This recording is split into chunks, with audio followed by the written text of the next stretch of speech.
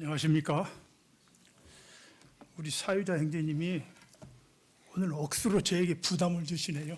꼭 드려야 될 말씀을 꼭 드려야 될 말씀을 드려야 되는데 그냥 두루 좀 말씀을 드리겠습니다. 주일보다는 수요일 말씀은 조금 자유가 있죠. 자유는 참 좋습니다. 제가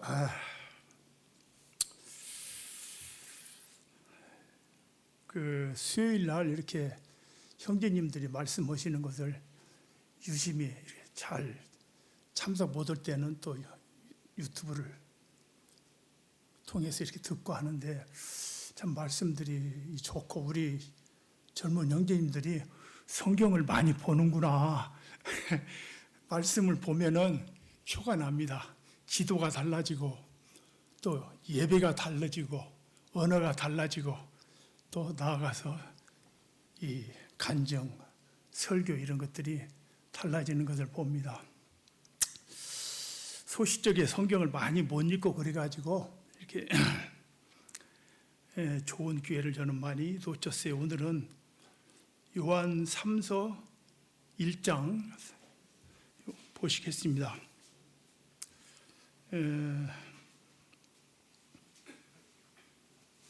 10절까지 저 혼자 읽기에는 조금 부담되고 교독 좀 할까요?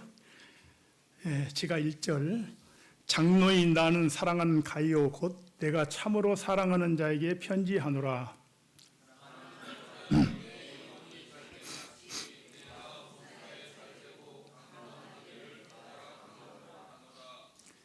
형제들이 와서 내게 있는 진리를 증언하되 내가 진리 안에서 행한다 하니 내가 심히 기뻐하노라.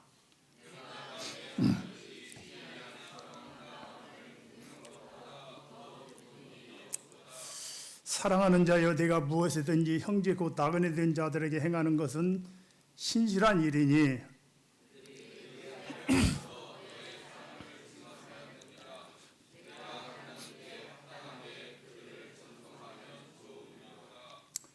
이는 그들이 주의 이름을 위하여 나가서 이방인에게 아무것도 받지 아니함이라.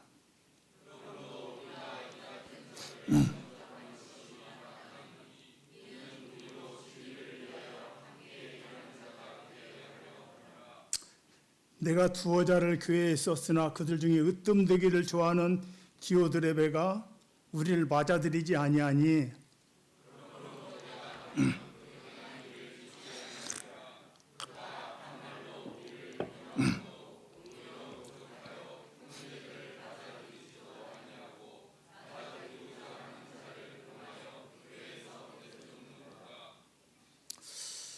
감사합니다. 성경에서 가장 짧은 책입니다. 이 요한 3서에 대해서는 뭐 학자들은 뭐 정경이 아니니 뭐 이런 말 혹 하는 자가 혹일 것입니다. 그런데 제가 이렇게 가만히 보니까 굉장히 중요한 교훈이 참 담겨져 있습니다. 우리가 성경을 읽으면서 또 어떤 교회사나 이런 것들을 이렇게 읽으면서 오늘날 우리가 섬기고 있는 이 불애들인 우리 교회의 성도들이 형제님들이 먼저 가진 형제님들이 행했던 그러한 그 걸어온 길이 이렇게 교회사에 나타난 것을 보면서 그것을 볼 때마다 굉장히 자부심이 느껴지고 참 만족합니다. 그래서 여기에 사도 요한은 어느 제자보다도 굉장히 그 주님을 가까이서 기대어서 그 말씀을 듣고 예수 그리스도 안에 있는 그 하나님의 본질적인 것 그것을 경험하고 배웠다고 볼 수 있습니다. 그래서 사도 요한이 쓴 요한복음, 요한 1, 2, 3서, 요한계시록은 이제 뭐 계시니까 그렇고 여기 보면 사랑, 진리란 말씀이 굉장히 많이 나옵니다. 그래서 우리가 섬기고 있는, 우리가 추종하고 있는, 또 우리가 이 고수하고 있는 이 진리, 우리 모임이 일반 기성교회들에 비해서 다른 것들이 많이 있죠.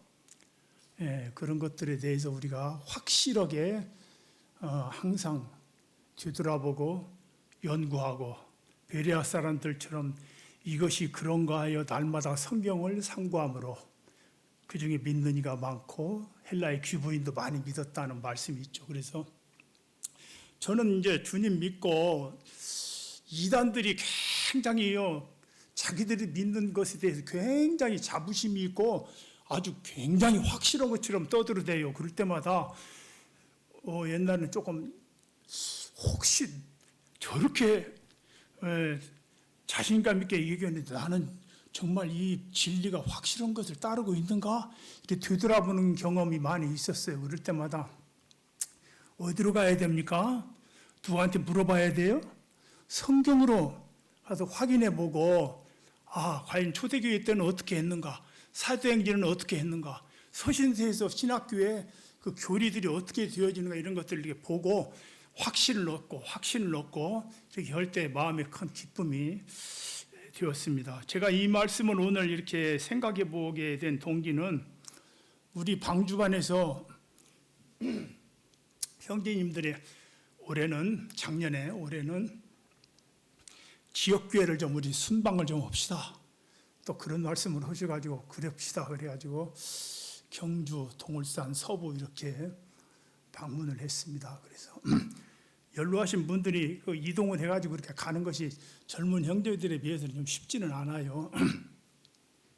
좀 처음에는 어려워하더라고요. 근데 가서 보니까 거기에서도 굉장히 그 교회 성도님들이 반가워하고 다음에 또 와주었으면은 이런 마음을 이렇게 하고 또 말씀을 이렇게 간증도 하고 말씀을 교제할 때 굉장히 축복이 됐다고 이렇게 하면서 그럴 때 좋았습니다. 그래서 방문하는 자도 사랑을 경험했고 또 그 방문을 받는 성도들도 사랑을 경험했습니다.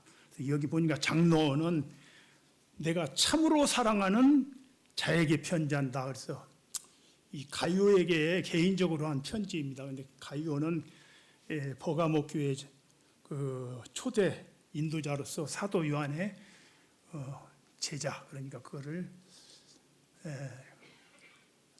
속사도라고 이렇게 해줘. 사도 바로 밑에 속사도. 참으로 사랑한다고 했습니다. 그리고 사도라고 하는 직책이 있음에도 불구하고 사도라는 말보다 더 장로라고 말함으로써 우리에게 더 친근감이 있죠. 장로라는 것이 전적인 이 권위적인 것을 완전히 다 벗어버리고 정말 한 형제로서 정말 사랑하는 자로서 사랑하는 자여 내 영혼이 잘된 것 같이 내가 범사에 잘되고 강건하기를 구한다. 그렇게 인사하고 있습니다. 그래서 다녀와가지고 방주반 형제님들이 참 즐거워하고 내년에는 또 이제 안동도 가야 되지 않습니까? 이렇게 계획을 하고 있습니다. 사실 방주반에서 제가 제일 막내요. 제가 그 방주반을 한 15년을 근무를 했습니다. 처음에 그 추행제님이 그 방주반에 뭐 어떤 그 조금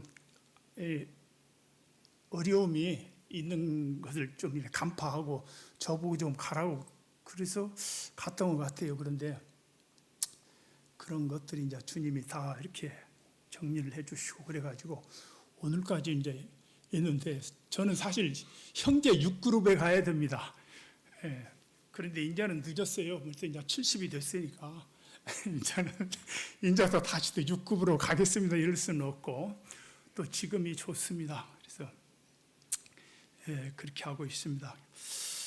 이 처음에 이제 그 방주반에 15년, 4, 5년 됐나 그때 가니까 이렇게 너무 형제님들이 이제 그때는 이제 모임에 들어온 지 얼마 안 되는 형제님들이 많이 계시고 그래가지고 이 발표력이 없는 거예요. 발표력이 또 기도도 허락하면 막 부담스러워 가지고 막 못하겠다고 그러고 그래서 이제 이렇게 그때 풍성한 삶, 풍성한 빛 그쪽 1, 2, 3, 1, 2, 3 다 그 주제들 전부 교리에 대해서 공부를 하고 그런데 읽고 와서 이제 서로 이렇게 얘기를 하는데 읽지도 않고 그냥 오셔가지고 그 아침에 그냥 막 이런 경우도 있었고 그런데 이제 그 다음에 이제 신약 성경을 좀 읽고 교제하고 그다음에 창세기부터 쭉 해가지고 이제 하면서 하는데 근데 지금은 이제 우리 형제님들이 참 아무도 너희를 가르칠 필요가 없고 주의 기름 부음이 너희를 가르친다고 하는 말씀처럼 성령님의 인도하심에 따라서 많이 성장을 해서 기도도 잘하시고 또 이렇게 주제도 파악을 해가지고 요점 정리해가지고 이렇게 발표도 하고 그렇게 하는 걸 보면서 질문도 들어는 이제 딱 맞는 질문도 하시고 그래서 참 좋습니다. 그래서 참 예수도 젊었을 때 믿어야 된다 이런 생각도 조금 되지고 그러나 주님께서 부르신 성도는 어떤 위치에 있든지 다 참 큰 축복을 받은 자들입니다. 진리 여기 보니까 진리가 무엇인가? 진리는 여기 보니까 그 가이오에게 사도 요한은 네가 진리 안에서 행한다고 하니 내가 심히 기뻐하노라 그랬거든요. 거기에 뭐 내가 너한테 가르쳐준 뭐 고린도 교회 같이 유전해온 뭐 침례 만찬 뭐 하나됨 이런 여러 가지 그런 교리적인 것들을 그대로 해 그걸 들어서 말하지 않고 딱 한 가지로 사랑을 얘기하고 있습니다. 그래서 진리를 알고 진리를 행한다고 하는 것은 그 열매로 반드시 사랑이 나타나야 됩니다. 진리와 사랑은 뗄 수가 없는 관계입니다. 사랑에서 진리가 나왔고 또 이 진리는 그 핵심적인 것이 사랑을 말해주는 것이기 때문에 진리를 한다고 하면서 진리를 따른다고 하면서 사랑이 없다고 하면은 좀 생각해 봐야 됩니다. 저는 참 사랑이 없어서 과연 내가 진리 가운데 있나 이런 생각을 많이 이렇게 해봤는데 기성교회 목사님들 설교하는데 보니까 사랑하는 성도 여러분, 사랑하는 성도 여러분 이걸 굉장히 반복을 하더라고요. 사랑이 정말 많아서 그런 것인지 아니면 사랑을 하기 때문에 그런 것인지 알 수는 없지만 근데 우리 모임의 형제님들 이렇게 사랑하는 성도님들 뭐 이런 말씀을 잘 안 하셔요. 그래서 사랑이 없어서 그런 것인지 아니면은 마음속 깊이 진정으로 사랑을 하기 위해서 입술로만 사랑하는 것은 아니다. 뭐 후자 쪽이겠죠. 좀 그런 설교를 들으면 조금 낯간지럽더라고요. 너무 자주 막 사랑하는 성도 여러분, 사랑하는 성도 이러니까. 그런데 말씀에 보면 이렇게 여기 보니까 참으로 사랑하는 뭐 이런 표현을 하는 것 봐서 우리 사도 요한은 정말로 가르쳐준 진리를 그대로 잘 이행하고 있는 것을 굉장히 기뻐하고 좋아했습니다. 여기 보니까 이 가이오가 방문 예나 지금이나 우리 그 방문 순회 뭐 복음 강사 순회 전도자들이 많이 있었죠. 지금 우리 한국 모임에도 계속 순회하고 다니고 또 꼭 전문적인 순회가 아니더라도 모임을 방문해서 말씀도 대언해주고 이렇게 그런 형제님들이 많이 계신데 또 초빙도 하고 그런 분들에게 이렇게 잘 대접을 했습니다. 그리고 거기에 그 대접을 받고 온 그 성도들이 그 가이오에 대해서 굉장히 칭찬하고 그 안에 있는 진리, 그가 진리 안에서 참으로 실행하고 있다는 것을 행하고 있다는 것을 이렇게 증거를 함으로 인해서 이 요한은 기쁘고 또 거기에 간증을 듣는 그러한 성도들도 굉장히 위로가 된 것을 볼 수가 있습니다. 시편 85편에 보면은 이런 말씀이 있습니다. 시편 85편 10절에서 12절에 보면 진리와 인애와 진리가 같이 만나고 의와 화평이 서로 입맞추며 진리는 땅에서 솟아나고 의는 하늘에서 굽어보는도다. 여호와께서 좋은 것을 주시리니 우리 땅이 그 산물을 내려다. 진리가 무엇입니까? 예. 뭐 다 모르실 분이 없죠. 내가 곧 길이요 진리요 생명이라고 직접 주님이 말씀하셨습니다. 하나님께서 예수님을 이 땅에 보내신 것은 이 땅에 진리를 세우고 진리를 전파하고 또 진리를 통해서 구원을 이루기 위해서 예수님을 보내셨습니다. 그래서 우리 주님은 이 땅에 오셔서 그 말씀으로 진리를 가르쳤을 뿐만 아니라 그 행함으로 십자가에서 죽으심으로 진리를 갖다 완성시키고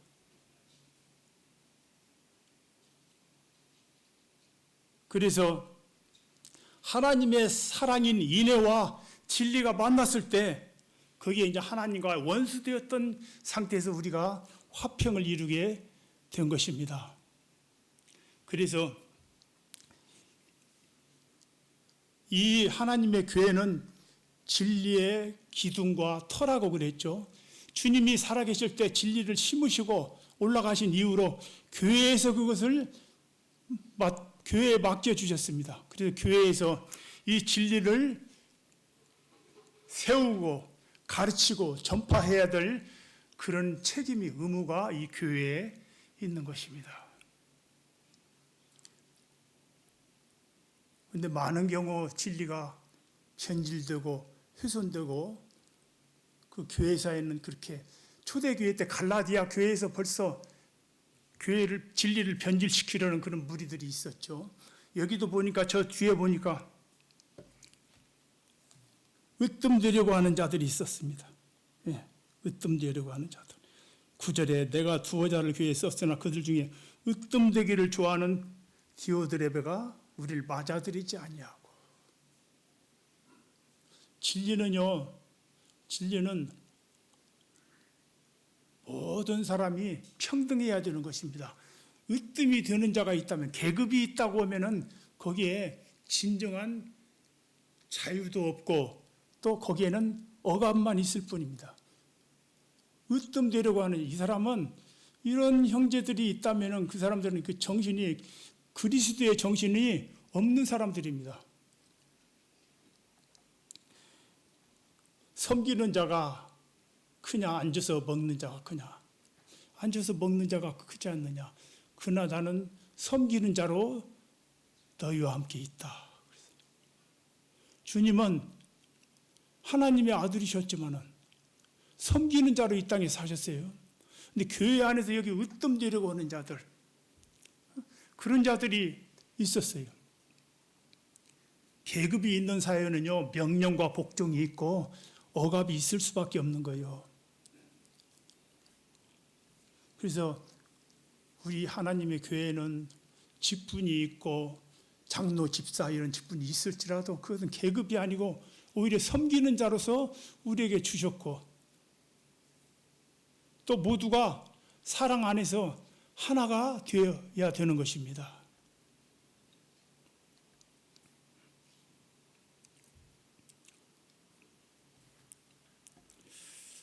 요한복음 8장 32절에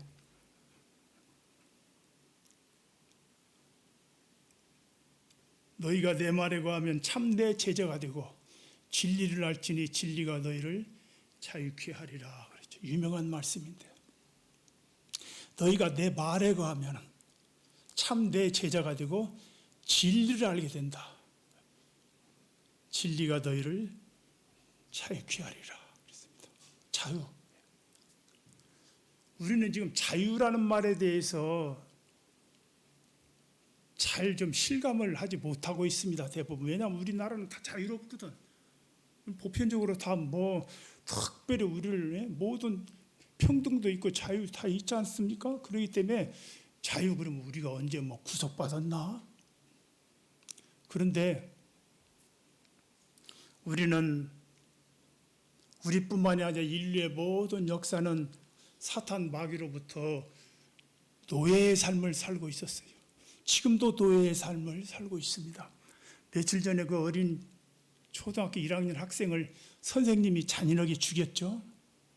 그 사탄 마귀의 종이 되어 있기 때문에 그렇습니다. 죄의 종이고 마귀의 종이야.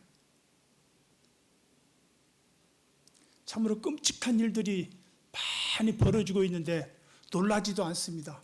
그냥 그런가 보다 하는데 사단의 종이 되어 있기 때문에 그래서 내 마음대로 살지 못해. 왜 그랬는지 정신이 멀쩡 들어올 때는 내가 왜 그랬지 아마 그럴 거예요. 그 선생이 감옥에서. 참 이상합니다. 사람 가장 많이 죽인 알렉산더 대왕, 나폴레옹, 징기스칸, 또 일본의 도요토미 히데요시, 이토 히로부미, 전쟁 광이요. 수십만 명 죽였지 않습니까? 그런데 그런 사람들을 영웅이라고 하고 있죠. 예, 생전에 뭐 불가능은 없다 이 말을 갖다 액자에다 써서 표구해 놓고. 인간들은요, 많은 경우에 사탄의 종이 되어 있습니다. 죄의 종이 되어 있어요. 우리 주님은 이 죄의 문제를 해결해 주고 풀어주러. 내가 너에게 차열. 가늠하다 현장에서 잡혀온 여자, 말만 떨어지면 돌이 지금 죽은 거나 똑같은 여자예요. 덜덜덜덜 떨고 있는 그 여자에게 나도 너를 정죄하지 않겠다. 다시는 가서 죄를 범하지 말라. 죄를 묵이는 것이 아닙니다. 주님은 정죄하지 않고 죄 문제를 풀어주기 위해서 오셨기 때문에 나도 너를 정죄하지 않나. 다시는 죄를 짓지 말라. 그렇게 해서 보냈어요. 이 여인이 돌아가서 어떻게 했는지 그 뒤에 나오지는 않습니다. 나를 자유케 해준 그분이 누구지? 이렇게 생각하고 뒤에 주님의 제자가 되었는지 알 수는 없습니다. 그러나 모든 인류에게 주님은 죄로부터의 자유를 주셨어요.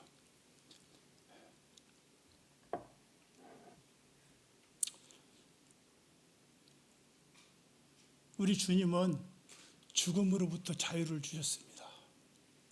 진리는 죽음으로부터 자유를 주는 것입니다. 죽음. 모든 사람들이 가장 큰 문제가 뭐죠? 죽음의 문제 있잖아요. 복음 전하는 시간이 아닌데 왜 이런 말씀을 할까? 사실은요, 우리도 성도들도 죽음에 굉장히 매여 있어요. 뭐 하다가 잘못되면 어이구 큰일 날 뻔 봤다. 그런 말 하죠. 큰일이 얼마나 큰일이. 무슨 일이 가장 큰일인가? 죽는 것이 가장 큰일인데 큰일 날 뻔 봤다. 주님 믿는 사람들은 실상은 큰일이 없어야 됩니다. 어이구 시겁했어. 또 어떤 사람은 뭐 시겁은 겁도 아니야. 또 이런 말도 있더라고. 예. 죽음에 매여 있었어. 이런 말이 있어요. 사형수가 형장으로 이렇게 끌려가다가 돌불에 걸려가지고 탁 넘어질 뻔 봤어요. 뭐라고 했겠어요? 어이구 죽을 뻔 봤다. 죽음이라고 하는 것은 최고의 우리의 큰 문제이고 관심사이고 겁을 주는 문제입니다. 죽을까 봐서. 혹시 건강 이상하면 어이구 이거 암 아닌가? 그래도 오래 살고 싶고 성도들도 다 오래 살고 싶죠. 그런데 사도 바울은 참 이런 문제에 대해서 이렇게 말씀하셨어요. 고린도후서 이 4장에 고린도후서 5장에 보면 5장 8절에 그는 우리가 담대히 원하는 바는 차라리 몸을 떠나 주와 함께 있는 그것이라 그랬어요. 내가 차라리 담대히 원하는 것은 이 땅에 더 오래 사는 것이 아니고 차라리 이 몸을 떠나 주와 함께 있는 거죠. 천국을 마치 옆에다 두고 보고 있는 것처럼 말하고 있지 않습니까? 복음 전하는 것이 너무 고통스러워서 빨리 죽었으면 이런 뜻이 아니겠죠. 그러나 내가 있는 것이 너에게는 유익이다. 죽음에 대해서 그렇게 우습게 생각해 버렸습니다. 우리가 거기에 미치지 못하는 것은 우리의 믿음이 분량이 거기에 이르지 못하기 때문에 우리가 주님께서 주신 진리, 그 자유를 우리는 다 누리지 못하고 있는 것입니다. 그렇죠? 자, 말씀을 제가 묵상하면서 그런 생각이, 이 많은 것들을 나는 누리지를 못하고 있구나.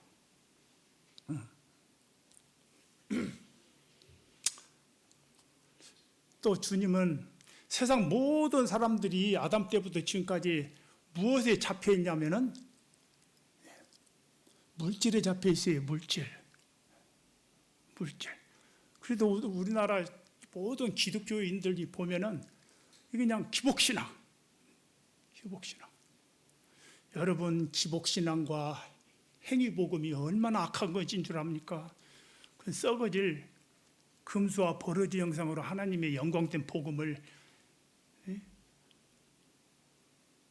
땅에 떨어뜨린 것입니다. 물질. 오로지 돈 문제. 이 노후 문제. 늙어서 어떻게 하지? 직장 그만두면 어떻게 하지? 이런 물질에 대한 그런 그 사상에 사로잡혀가지고 오로지 돈 걱정만 하고 있는 거예요. 그렇지 않다고 하실 분이 있습니까? 좀 깊이 생각할 때는 이건 아니지 하겠죠. 그러나 무의식 중에 우리 육신을 가진 사람들은 전부 이 물질에 사로잡혀 있어요. 그런데 우리 사도 바울은 뭐라고 했느냐면은 구약에 보면 아굴이라는 사람이 잠언 30장에 이런 말씀을 했어요. 아굴이라고 하는 사람이 나를 가난하게도 마옵시고 부하게도 마옵시고 오직 필요한 양식으로 나를 먹이시옵소서. 내가 배불러서 하나님을 모른다 여호와가 누구냐 할까 하며 혹 내가 가난하여 도둑질하고 하나님의 이름을 욕되게 할까 두려워하면이다. 이 아굴이라고 하는 사람이 깨달은 이 물질에 대한 돈에 대한 개념은 굉장히 대단한 지혜입니다. 수준이 높은 거예요. 가급적이면 자본주의 사회에서 좀 돈을 좀 많이 벌고 많은 돈으로 헌금도 푹푹 하고 또 불쌍한 이런 사람도 도와주고 그러면 좀 멋지게 신앙생활을 할 텐데 이런 생각을 할 때가 있지요. 그런데 이 아굴이라는 사람은 이 물질에 대한 속성을 알았어요. 굉장한 지혜가 있는 사람이었어요. 그래서 가난해질 때는 어떻게 될 것인가, 또 부해졌을 때는 어떻게 될 것인가에 대해서 생각을 하고 있는 사람이었습니다. 대단한 지혜이죠. 수준이 높은 그런 신앙인데, 근데 사도 바울은 물질에 대해서 뭐라고 했느냐면은 빌립보서에 보면은 빌립보서 4장 12절에 보면은 나는 비천에 처할 줄도 알고 풍부에 처할 줄도 알아. 모든 일 곧 배부름과 배고픔과 풍부와 궁핍에도 처할 줄 아는 일체의 비결을 배웠노라. 이 사도 바울은 비천에 처해졌던, 풍부에 처해졌던, 배고프든 배가 부르든 모든 것에 대처할 수 있는 그러한 비결을 나는 배웠다. 참 대단한 믿음입니다. 이 물질로부터 자유를 얻은 거예요. 죽음으로부터 자유를 얻은 것입니다. 그리고 또 나아가서 내가 내 능력 주시는 자 안에서 내가 모든 것을 할 수 있느니라, 이 겸손까지 있었어요. 내가 이런 것들을 모두 다 할 수 있는데, 내가 두려울 것이 아무것도 없는데 모든 것으로부터 자유로운데, 다만 이것도 주님께서 나에게 능력 주시는 자 안에서 모든 것을 할 수 있다라고 했으니까 플러스 겸손입니다. 완전한 자유를 주셨습니다. 우리 주님은요, 우리를 갖다가 막 억압하는 그런 분이 아닙니다. 우리는 사랑 안에 있는 은혜로 하나님의 나라에 예수 그리스도 안에 참여했고, 또 지금도 사랑의 은혜의 통치를 받고 있습니다. 우리가 들어갈 그 나라는 고린도서 1장에 있는 말씀처럼 그가 우리를 흑암의 권세에서 건져내서 그 사랑의 아들의 나라로 옮기셨다. 사랑의 나라입니다. 사랑이 통치를 받는 것. 진리는 사랑인 것입니다. 그래서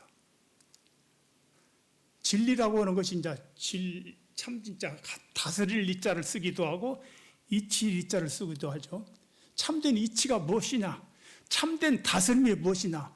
온 인류에게 고르게 평화를 주고 전쟁과 싸움과 다툼이 없이 살아갈 수 있는 통치의 그 덕목은 무엇인가? 그것은 곧 사랑인 것입니다. 참 한문을 잘 썼어요. 이칠 이자, 다스릴 이자. 하나님의 다스림의 원칙입니다. 사랑.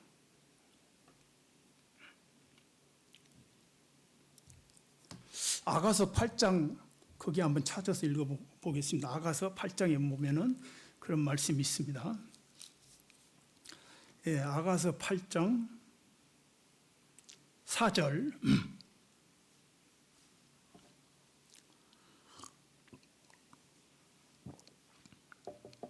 예루살렘 딸들아, 내가 너희에게 부탁한다. 내 사랑하는 자가 원하기 전에는 흔들지 말며 깨우지 말지니라. 그의 사랑하는 자를 의지하고 거친 들에서 올라오는 여자가 누구인가? 너로 말미암아 내 어머니가 고생한 곳, 너를 낳은 자가 애쓴 그곳 사과나무 아래서 내가 너를 깨우노라. 여기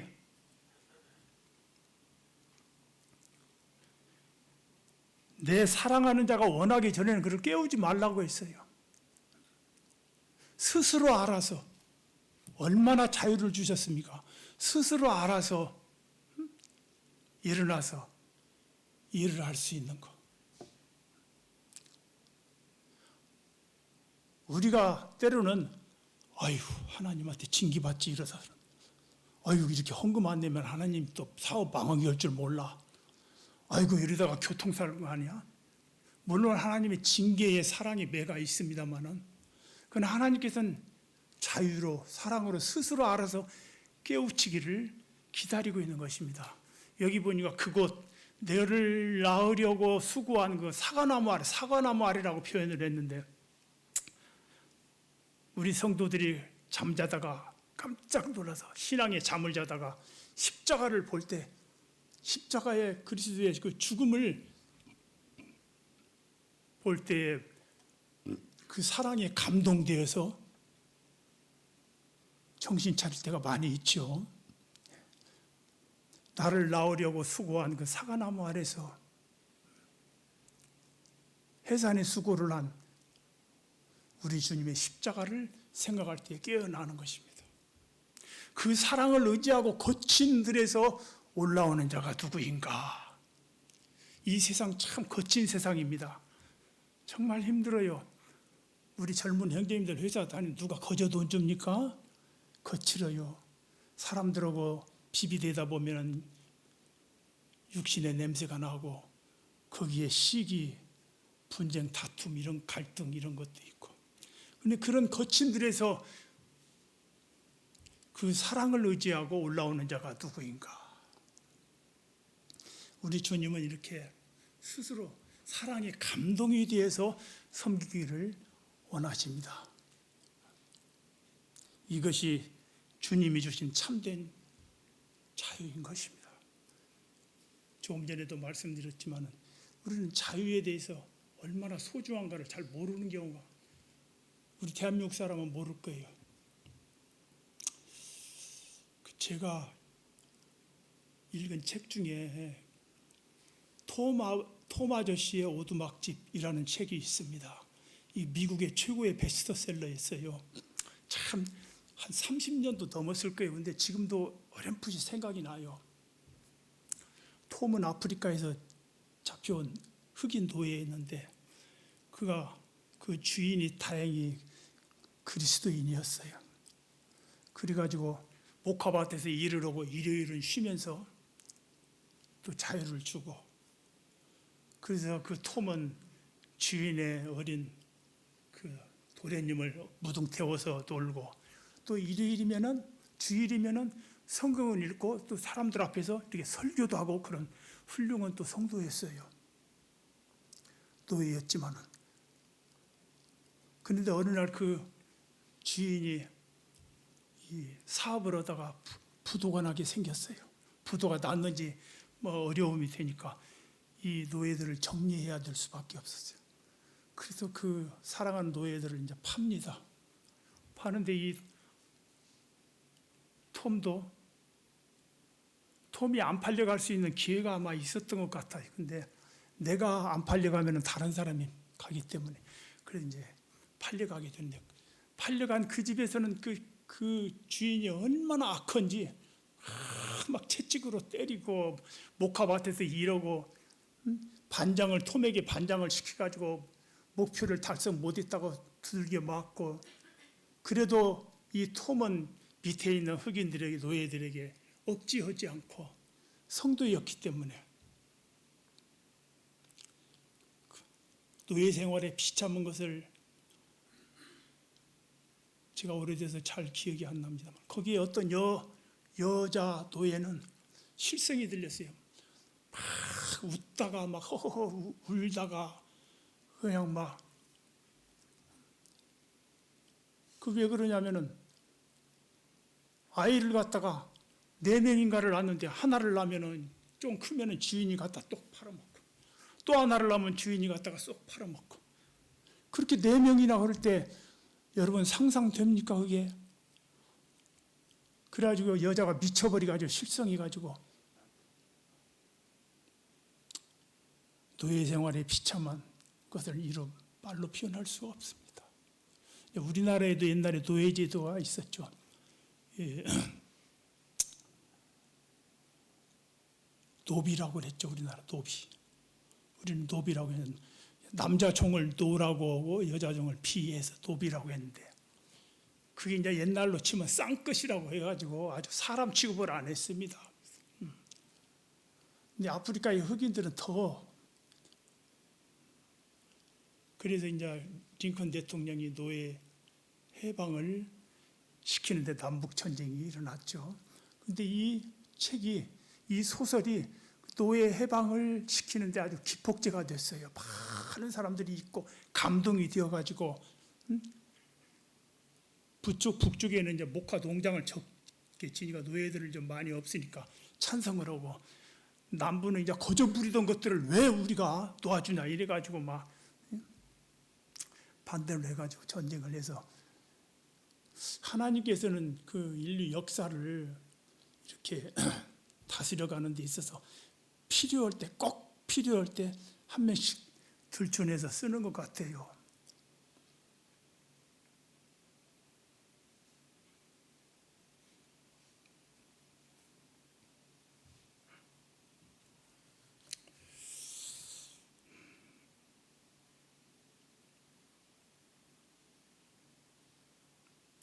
자유라고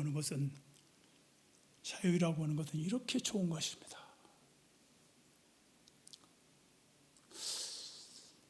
세계적으로 보면 이제 본래 남존여비 사상 이래가지고 여자들은 항상 천대를 받고 살았어요. 우리나라도 옛날에는 여자들은 뭘 뒤집어 쓰고 다니고 그랬죠. 일본도 보면은 여자들이 남자들이 부르면 하이 엎드려서 납작납작하고 그러더라고요. 그런데 우리나라뿐만 아니라 일본뿐만 아니라 세계적으로 이렇게 여자들이 천대를 받고 그렇게 살아왔습니다. 거기 선악과를 먼저 따먹은 그 대가였는지 모르지만은, 그런데 우리 기독교만큼 여자들을 대우해주는 종교가 없습니다. 그렇죠? 미국의 레이디 포스트 이런 것들이 다 기독교 문화에서 생성된 것입니다.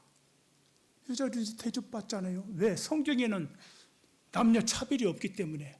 원래는 차별금지법이라는 것이 좋은 겁니다. 그것이 잘못 악용이 되기 때문에 종교를 탄압하는 이런 경우도 되고 그렇지. 성차별, 흑백, 인종차별 이런 건 없어야 되죠. 그래서 여자들이 이 기독교 문명이라고 하는 것은 모든 사람에게 차별 없이 자유를 주는 것입니다. 하나님은 모든 사람이 구원을 받으며 진리를 알기에 이르기를 원하십니다. 디모데전서 2장 4절인데 모든 사람에게 고르게 주셨어요. 부한 자나 가난한 자나 배운 자나 못 배운 자나 그 진리는 그래야 됩니다. 만약에 행위복음이라고 하면은 가진 자는 많이 행할 수 있고 또 병든 자는 행할 수가 없고 어떻게 되겠습니까?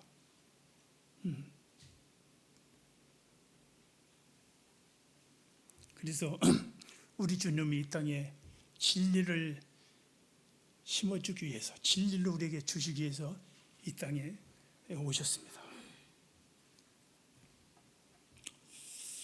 우리의 선배 성도들은 이 참된 진리의 교회를 고수하기 위해서 무지한 노력을 하고 많은 희생을 해왔습니다.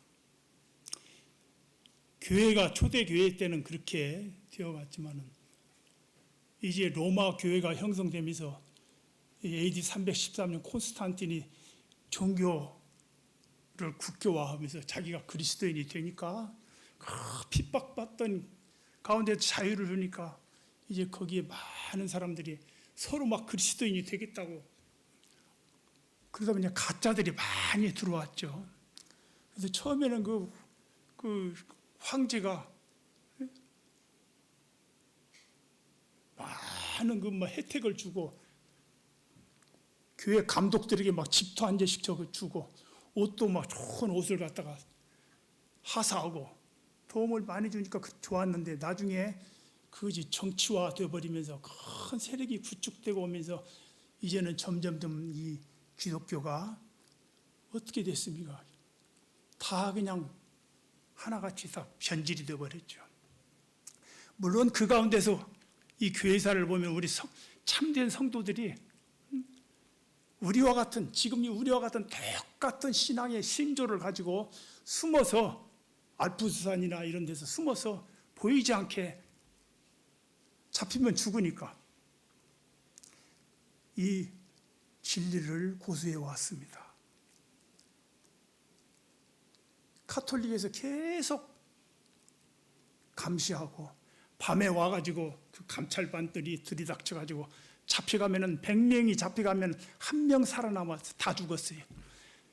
잔인하게 마디마디 손을 잘라서 죽이고 불로 태워 죽이고 물에 던져서 빠뜨려 죽이고 그런 가운데도 이 진리를 고수하기 위해서 수많은 성도들이 희생을 약 한 5천만 명이 죽었다고 그래요. 십자군 전쟁 일으켜가지고 죽은 것까지 하면 한 1억 명이 죽었다고 어떻게 학자들은 그렇게 말하는 사람도 있습니다.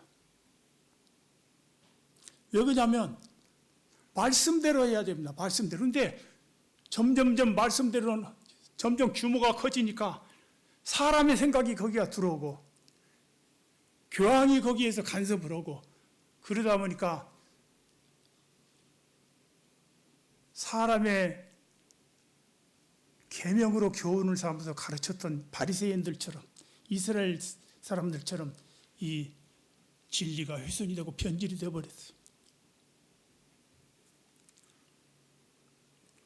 저는 마태복음 13장을 이렇게 읽으면서 천국은 마치 여자가 가루 서말 속에 넣어 전부 부풀게 한 누룩과 같다.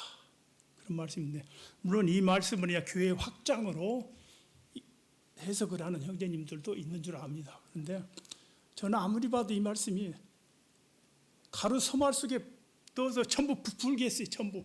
기독교가 언제 다 부풀어진 적이 있었습니까? 없었어요. 그리고 누룩은 항상 부패, 변질, 악한 교훈, 죄악 이런 것을 상징합니다. 또 거기에 여자가 사람이라가 아니고 여자가 가루 서말 속에 이 말씀이 이건 전부 부풀게 한 누룩과 같다. 천주교가 온 그 종교 암흑 시대라고 그러죠. 약 1000년 동안을 종교 암흑 시대를 거쳐서 역사가 그렇게 진행되어 왔는데 1517년 루터가 종교개혁을 했죠. 그 말틴 루터가 종교개혁을 하는 그 과정에 우리 성도들, 우리와 같은 참된 브레드린, 그들은 형제라고 불렀고 그리스도인이라고 불렀지 뭐 자칭 내가 무슨 파다 뭐 이런 걸 내세운 적이 없었어요. 그런 사람들의 그 형제들의 영향이 1차 있었다고 말합니다. 종교개혁을 했죠. 당시에 이제 이렇게 대륙 읽어보면 뭐 바울파, 알비파, 왈도파, 보고밀파 이런 파들이 많이 있었어요. 후스파, 뭐 재침례파 뭐 이런 게. 그게 다 사실은 가만히 유심히 이렇게 보면 우리 형제들, 현재 우리가 믿고 따르고 있는 이 신조하고 거의 똑같아요. 대부분이. 특히 복음의 교리가 똑같습니다. 루터 자신도 만인 제사장론과 믿음으로 구원받는다는 거, 교황이 교황 주는 것이 아니다. 그것을 얘기했죠. 근데 1517년 이제 종교 개혁을 하고 됐는데 그 이후로 한 500년 동안 이제 우리 한국에 기독교가 들어올 때만 해도 조금 어느 정도는 미국의 북장로교, 남장로 교회에서 이렇게 복음이 들어왔고 그 후에 이제 선교사들이 들어왔는데 근데 다시 이제 한국에 와서 보니까 어떻게 된 건지 전부 교회가 그냥 이상스럽게 변질이 돼가지고 완전 기독교가 그냥 좀비가 돼버렸어요. 특히 부흥강사들 손뼉치고 박수치고 그냥. 근데 우리 이제 교회에서는 아멘 소리가 작다 이렇게 얘기하는데 거기에 우리 성도들이 아마 아멘 소리를 작게 하는 이유가 좀 있다고 봐요. 옛날에 그 교파에서 너무 그냥 막 목사의 설교만 아멘 아멘 아멘 하고 막 박수치고 부흥이 1시간 하는데 목 설교는 몇 마디 안 하고 찬송 부르고 박수치고 사람의 감정을 돋워가지고 흥분시키는 그런 것 때문에 이제 아멘 소리를 좀 잘 따라서 않는가 봐요. 근데 적당히 좀 해도 됩니다. 기독교가 그렇게 부패해져 버렸어요. 요즘 또 이상하게 이제 그 정치화 되어가는 세력들이 있는데 좋지 않은 것입니다. 제가 그 기독교 학교를 6년 초등학교를 다니고 국민학교를 다니고 그다음에 3년을 또 기독교 학교를 다녔어요. 근데 지옥 얘기 한 번도 못 들어보고 예수님이 우리 십자가 죄 다 용서해 줬다는 말을 한 번도 들어보질 못했어요. 성경 선생도 와가지고 뭐 다윈 얘기 무슨 얘기 조금씩 하고 그냥 시간 때우고 가고 이제 아는 것이 있어야지. 진리가 없으니까 진리에 뭐 가르칠 것이 없는 거예요. 그런 상태로 한국의 기독교가 부패해져 버렸습니다. 제가 얼마 전에 장사하는데 어떤 아주머니 나한테 전도지 주면서 예수 믿으면 이런 데서 장사 안 해도 돼요. 또 이런 사람을 다 봤어요. 예수 믿으면 노점상 안 해도 된다. 그게 이제 기복신앙이고 오로지 예수 믿고 축복받은 얘기에 예수 믿고 뭐 다른 사람 다 패탕을 나서 죽었는데 목사가 기도해 준 사람 한 사람 살았다는 그런 얘기하면서 계속 무슨 헌금만 왜 이렇게 부패했으면 말씀에서 떠났기 때문에 그랬어요. 말씀에서. 저는 우리 극동방송에서 그 이효경제님 말씀할 때 그 멘트 있죠. 성경을 최고의 권위로 인정하고 보이는 울산 중부교회. 이 말씀이 들을 때 아주 시원해요. 성경을 최고의 권위로 인정하고 모여야 됩니다. 말씀대로 교회를 세워야 되는데 그러므로 나의 이 말을 듣고 행하는 사람은 지혜로운 사람과 같으니 비가 오고 바람이 불고 창수가 나고 부딪히되 넘어지지 않는다. 그는 주초를 반석 위에 하나님의 말씀 위에 세웠기 때문에. 그러나 어리석은 자는 모래 위에 집을 지으면은 사상 누각이 돼서 비가 오면 그날에 많은 사람이 불법을 행한 자들아 내게서 떠나가르라 하는 그날이 올 것입니다. 어떻습니까? 많은 사람이라고 했어요. 좁은 문으로 들어가라 멸망으로 인도하는 문은 크고 길이 넓어 찾는 이가 적고 생명으로 인도하는 문은 좁고 길이 협착하여 찾는 이가 적다 그랬죠. 우리 이렇게 방문해가지고 뭐 이렇게 동울산, 서부 또 경주에 가면 숫자도 작고 혹시 형제님들이 기죽어 있는 거 아닌가 이런 생각을 좀 염려가 됐어요. 그런데 참 열심히 또 하더라고요. 말씀대로 우리가 출애굽기에 보면 성막을 세울 때 모세에게 말해서 내가 산에서 보인 식양대로 지어라고. 식양 동이냐 금이냐 은이냐 나무냐 식양대로 어떤 모양이냐 규격은 몇 규빅 식양대로 하라고 했습니다. 그리고 성막을 그 안에 성막을 짓고 세울 때 여호와께서 모세에게 명하심과 같이 되었다라는 말이 출애굽기 40장인가 보면 5번 6번 반복해서 계속 산에서 보인 식양대로 말씀대로 한다는 것이 이렇게 중요한 것입니다. 사단은 자꾸 변질시키려고 해요. 넘어지면은 또 하나님께서 세우신 일꾼들이 다시 또 세우고 이렇게 교회사는 이렇게 흘러왔습니다. 그래서 우리 성도님들이 이러한 귀한 은혜의 복음, 자유의 복음, 진리의 복음을 알고 있는 우리가 참 감사하는 마음으로 자부심을 가지고 또 진리를 한다고 하면서 사랑이 없다고 하면 그것은 잘못된 것이죠.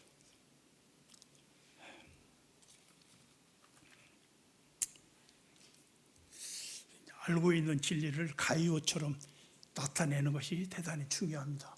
저는 우리 모임에 이제 그 손님들이 자주 우리가 좀 규모가 있으니까 외부 손님들이 자주 오시는데 그때마다 이렇게 나름대로 대접하고 이렇게 하는 걸 보면서 우리가 과거에 우리 선배들이 했던 그 길을 좀 따르고 있구나 이런 생각을 하게 됩니다. 1인 목회가 아니고 형제들에 의해서 장로들에 의해서 또 이렇게 치리가 되는 이런 것들이 교회사에 그대로 나타나 있어요. 다. 제가 이제 순례하는 교회 또 연대 예언적 관점에서 보는 그 교회사 이런 걸 이렇게 좀 대충 살펴보니까 전부 참된 하나님의 일꾼들은 우리와 같은 그러한 신앙을 가지고 있더라고요. 그래서 확신을 갖고 기쁘게 생각합니다. 나이가 들수록 우리가 올바르게 섬기고 있다라고 하는 것을 이렇게 굉장히 다행스럽게 생각합니다. 왜? 죽음이 가까웠기 때문에. 그렇죠? 오늘 여기까지 말씀을 마치겠습니다. 감사합니다.